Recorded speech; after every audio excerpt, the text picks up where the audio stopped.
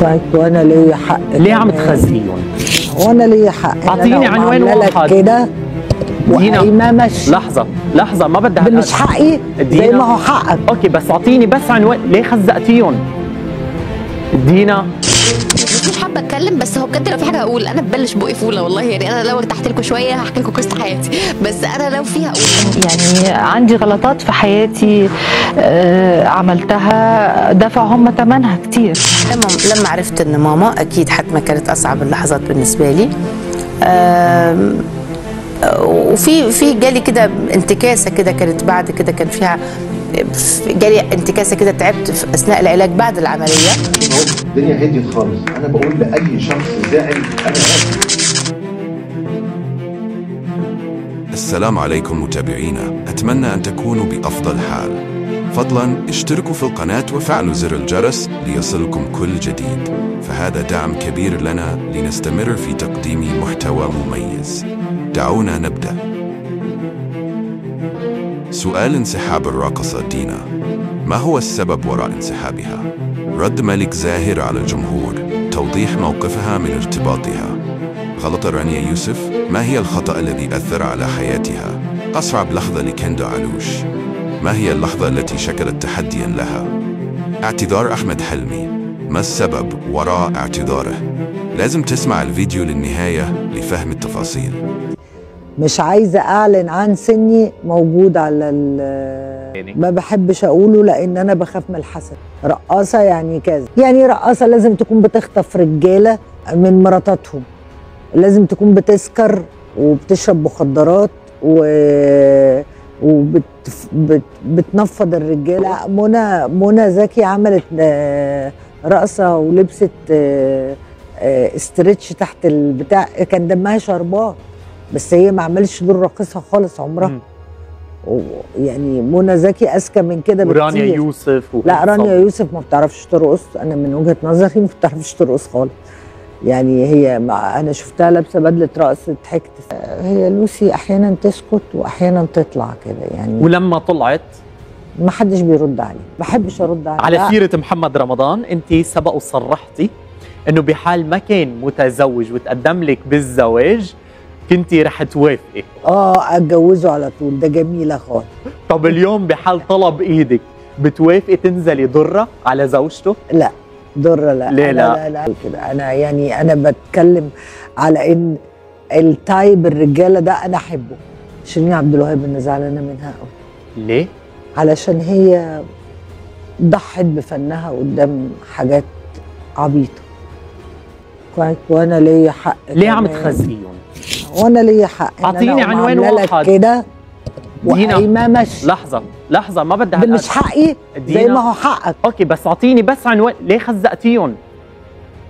دينا انا بحب جمهور الشارع جدا. انا بنزل الشارع، الناس بتقابلنا في الشارع مقابله مش طبيعيه. انا بجد بحس بكده بفخر. انما على السوشيال ميديا الناس بقت صعبه، الناس بقت احيانا في منهم مش حقيقيين اصلا، وفي منهم بقوا مقتنعين ان خلاص انا ورا شاشه ما حدش يعرف يعمل لي حاجه، فهقول اللي عايزه اقوله بكل فجاجه يعني. وانا بصراحه ما بسمع لهمش خالص. يعني اي كومنت بشوفه على السوشيال ميديا تقريبا حلو او وحش ما يعني بتجنب عشان نفسيتي. يعني انا نفسيتي مش حابه اتكلم، بس هو بجد لو في حاجه اقول انا ببلش بقي فوله والله. يعني انا لو ارتحت لكم شويه هحكي لكم قصه حياتي، بس انا لو فيها اقول، لان بجد انا شايفه ان انا دلوقتي انا لسه بقى بقول بسم الله كده في شغلي، وعايزه اخد بالي من شغلي وعايزه اركز، مش حاسه ان وقت ارتباط خالص. الصحاب طبعا بخاف منهم جدا. بحاول طول الوقت ان انا ابقى صاحبه بناتي، لان ما كانش في علاقه كويسه بيني وبين امي بسبب انها طول الوقت عايزاني اعمل اللي هي عايزاه او بتفكيرها، مش مدياني مساحه ان انا افكر ان انا يبقى لي شخصيتي.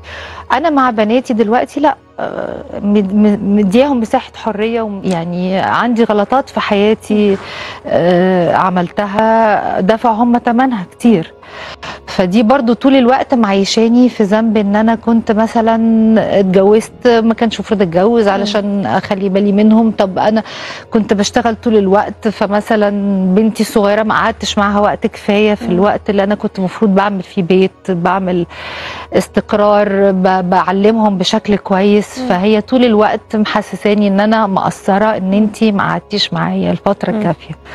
ده احساس بالذنب عمري ما بيروح من عندي خالص. لما عرفت ان ماما اكيد حتما كانت اصعب اللحظات بالنسبه لي. وفي جالي كده انتكاسه كده كانت بعد كده كان فيها جالي انتكاسه كده، تعبت في اثناء العلاج بعد العمليه، كانت متعبه. ربنا كان مديني السلام ده، فما كانش عندي الحمد لله رب العالمين ما كانش فيه نقط سودة بفتكرها دلوقتي بتوتر او فيها تروما او لا، ما كانش. الكيمو وقع شعرك، عمل لك اي وقع جزء كبير بس مش كله. فكان الشعر يعني خفيف. فكنت شاريه بيروك بس ما لبستهاش. انا ما بحبش ان احنا نقعد ندوس على الوجع ونعاني. انا ما بحبش كده، ما بحبش الصعبانيات، ما بحبش ان انا اصعب على حد. انا لو حد احتاجني هديله عينيا، بس انا شخصيا ما بحبش ان انا ابقى مش. شوف اهو الدنيا هديت خالص. انا بقول لاي شخص زعل انا اسف. لاي شخص زعل، لاي انسان، لاي انسانه، لاي كبير، لاي صغير زعل، انا بقول له انا اسف، انا بعتذر لك حتى لو ما كنتش اقصد. طب ما انت زعلت، دوري افهمك او اقول لك او اعتذر لك. طب انا اسف اذا كنت زعلت. خلني اللفظ، خلني التعبير، ما عرفتش بقول ايه، معلش. ومش مش لازم ابرر، لان ممكن يبقى التبرير في الموقف العام شكله من بره بعد كده ده كان قصدك، خلاص ما مش هبرر، تمام.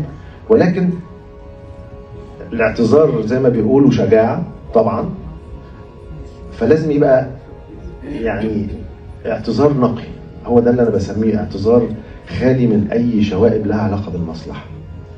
بس فده تعاملي مع الحاجات، يعني ازاي بتبص لها بس بعقل وبهدوء وبسكينه، وما تتعصبش وما تتجننش وما تقولش كذا، واعتذارك يبقى مش لا. قدام نفسي مش هبقى مبسوط، قدام نفسي والله ما هعرف انام، حتى لو الدنيا هديت بعد ما خلص وبتاع وطلعت وحديت الناس بتاع مش عارف ايه، انا مش هبقى مبسوط. انا يعني لا، مش هتبسط.